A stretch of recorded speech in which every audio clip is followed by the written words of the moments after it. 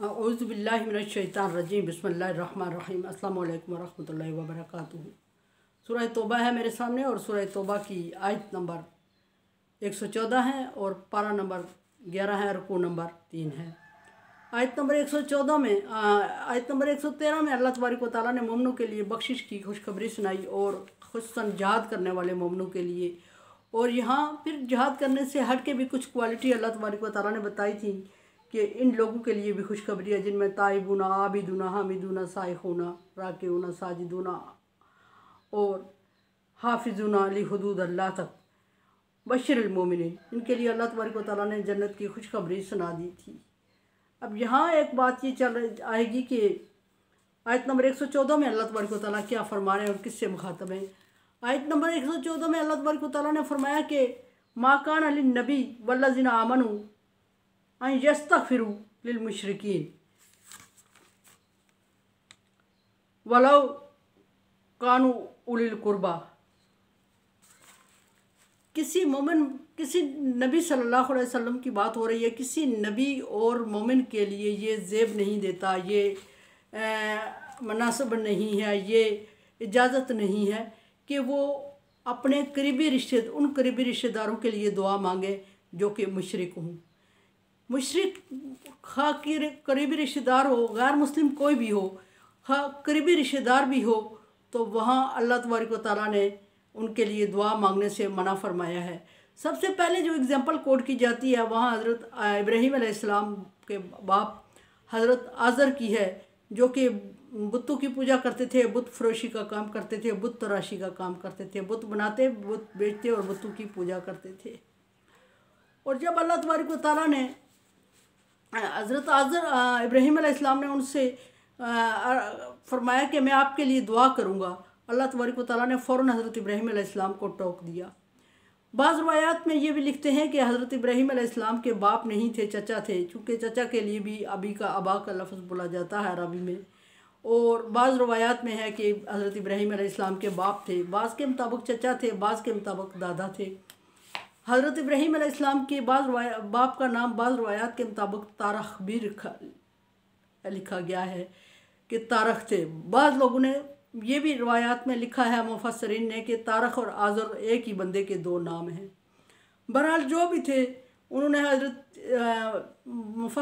मुफस्सल रवायात ये आती हैं कि वह हज़रत इब्राहीम अलैहिस्सलाम के चचा थे और उन्होंने हज़रत इब्राहीम अलैहिस्सलाम से ईमान लाने का वादा किया था।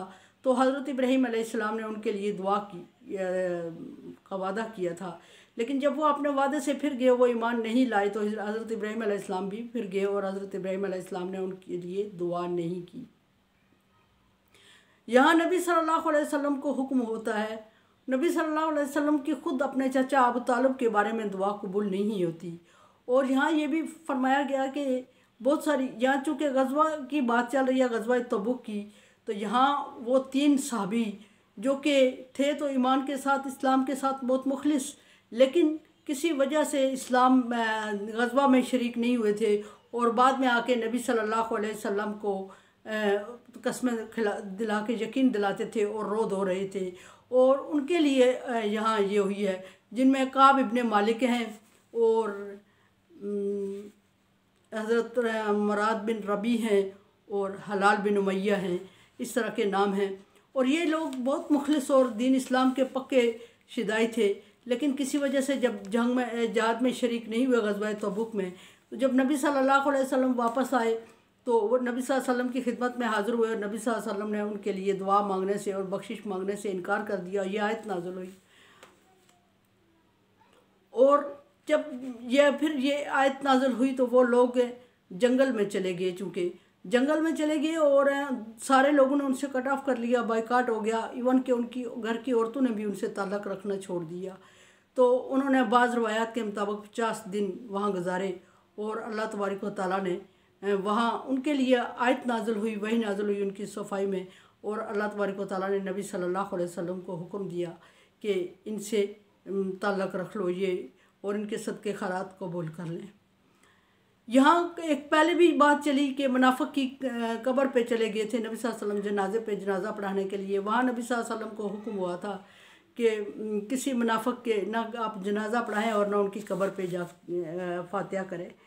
और फिर फरमाया कि बेशक उनके करीब का हो बाद मा तबय्यन लहुम अन्नहुम अस्हाबुल जहीम, हालांकि ये जब ये ज़ाहिर हो जाए कि वह जहन्नमी हैं, ये साबित हो जाए वो कुफ्र कर चुके और वह जहन्नमी हैं, तो फिर उनके लिए दुआ करने की अल्लाह तबारक व तआला के हुक्म की नाफरमानी करना के बराबर है।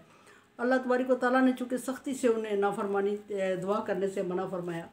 यहाँ फरमाया कि ट्रांसलेशन करती जाऊँ मैं कि फरमाया कि मा काना लिन नबी वल्लज़ीना आमनू अन यस्तगफिरू लिल मुशरिकीना वला कानू उलिल कुर्बा, किसी नबी के लिए और किसी मोमिन बंदे के लिए ये ज़ेब नहीं देता या ये इजाज़त नहीं है कि वो किसी गैर मुस्लिम अपने आबा व अजदाद या करीबी रिश्तेदार के लिए बख्शिश की दुआ मांगे जब उस पर यह बात ज़ाहिर हो जाए कि वो कुफ्र कर चुका है, वो जहन्नमी है, और अगरचे इसका करीबी रिश्तेदार ही क्यों न हो।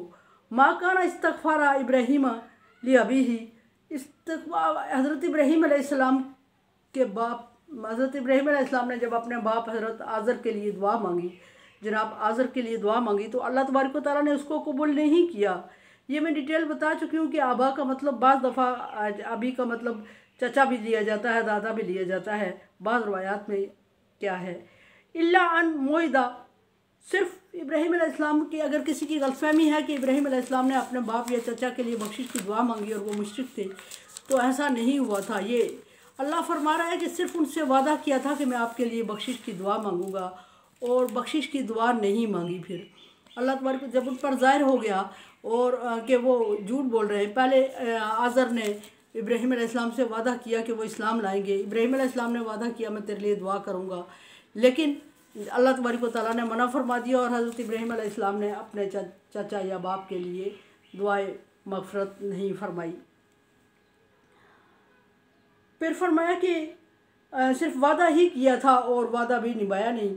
फलम्मा तबय्यना लहु अन्नहु अदुव्वुल लिल्लाहि तबर्रअ मिन्हु, जब उन पे ज़ाहिर हो गया कि ये अल्लाह के दुश्मनों में से है और ये दुआ अल्लाह पर ईमान नहीं लाया, तो इब्राहीम अलैहिस्सलाम ने भी अपने वादे से इनकार कर दिया और वादा पूरा नहीं किया और इसके लिए दुआ नहीं फरमाई। यहाँ ये बात कितनी अहम है कि हज़रत इब्राहीम अलैहिस्सलाम अपने बाप के लिए दुआ नहीं मांग रहे हैं, और ये भी कि हज़रत हुज़ूर सल्लल्लाहु अलैहि वसल्लम हज़रत अबू तालिब के लिए दुआ नहीं मांग रहे। वो अबू तालिब जिन्होंने हर सख्ती, हर मुश्किल, हर मरहले में इस्लाम का साथ दिया और इस्लाम के लिए वो कुर्बानियाँ की जो किसी मुस्लिम के बस की बात भी नहीं है, लेकिन चूँकि ईमान नहीं लाए और ईमान नहीं लाए तो अल्लाह तबारक व तआला ने नबी सल्लल्लाहु अलैहि वसल्लम को मना फरमा दिया और आप सल्लल्लाहु अलैहि वसल्लम ने हज़रत इब्राहीम अलैहिस्सलाम के लिए दुआ नहीं फरमाई, हज़रत अबू तालिब के लिए दुआ नहीं फरमाई।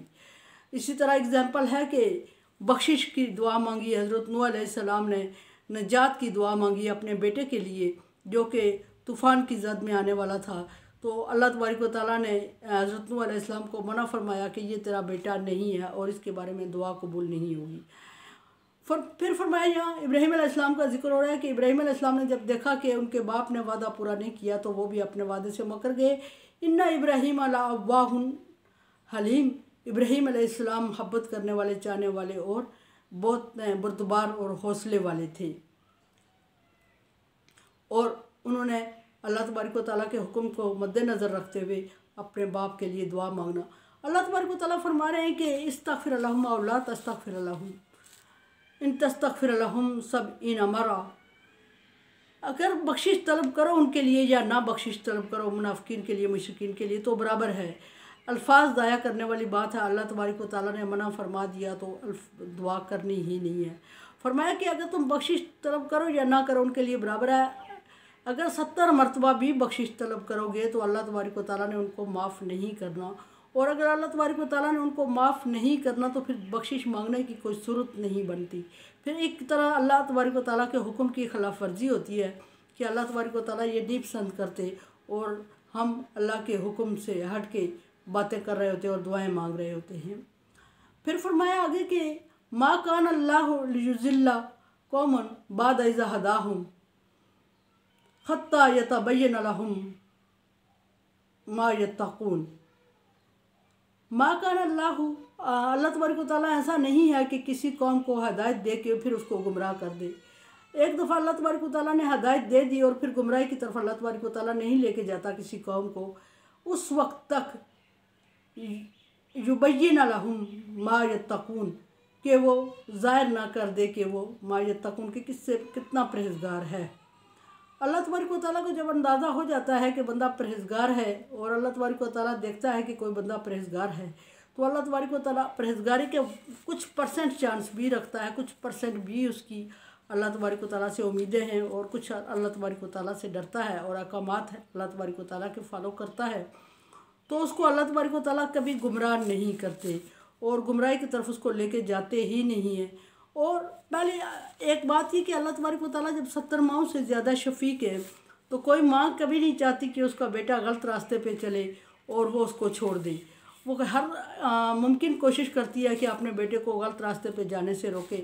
यहाँ भी ऐसे ही है। अल्लाह तबारक व तआला चूँकि 70 माओं से शफीक है, ज़्यादा शफीक है, तो अल्लाह तबारक व तआला हर मुमकिन कोशिश करता है बंदे को कि वो उसको दीन इस्लाम की तरफ लाए या उसको नजात की तरफ लाए और अपने पसंदीदा लोगों में शामिल करे।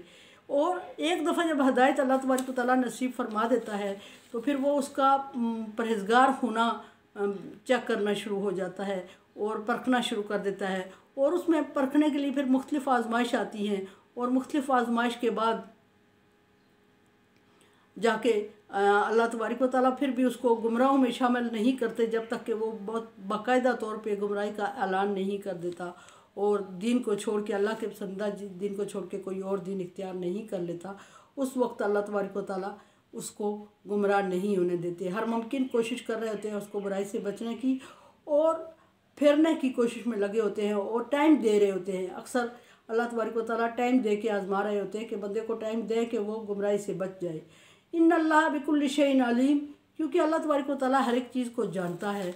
यहाँ ये बात करने का मतलब ये है कि अल्लाह तबारक व तआला जानता है हर चीज़ के बारे में और ये भी जानता है कि किसी इंसान के दिल में राई के दाने के बराबर ईमान और तकवा मौजूद है, तो वो उसको ज़ाया नहीं करता। वो राई के दाने के बराबर जो तकवा है उसके दिल में और परहेज़गारी है और ईमान है, वो ग्रो करता है और एक दफ़ा तनावर दरख्त बन जाता है। सो अल्लाह तबारक व तआला उसको तनावर दरख्त बनने तक छोड़ देते हैं, मोहलत देते हैं। और अल्लाह तबारक दुनिया का कोई बंदा हो तो वो तो इंसान हो कोई, वो तो कोई कहता है कि ये भाई ये बिल्कुल ही गुमराह हो गया, इसकी हदायत के चांस ही नहीं है। लेकिन अल्लाह तबारक व तआला के इल्म में हर चीज़ होती है और वो देखता है कि कितने परसेंट चांस हैं और कितने परसेंट नहीं है। ये कहने की बात नहीं होती। और उसके अंदाज़ा ये भी होता है, अल्लाह तबारक व तआला इल्म ये भी रखता है कि ये किस वक्त में कब जाके इस्लाम लाएगा, कब जाके अल्लाह तबारक व तआला के पसंदीदा बंदों में शामिल होगा। मेरे चैनल को अब सब्सक्राइब कर रहे हैं। Thank you so much. Like dislike as you like. मेरे लिए दुआ किया करें। ला खौफुन अलैहिम वला हुम यहज़नून में कर दे। कोरोना वायरस से बचने के लिए एहतियाती तदाबीर इख्तियार करें और दवाएँ जारी रखें और शॉपिंग से और इज्तिमाई इफ्तारी से गुरेज़ करें और कोशिश करें कि ऐसे उसूलों को अपनाया जाए कि जिससे नजात मुमकिन हो। अल्लाह हाफ़िज़।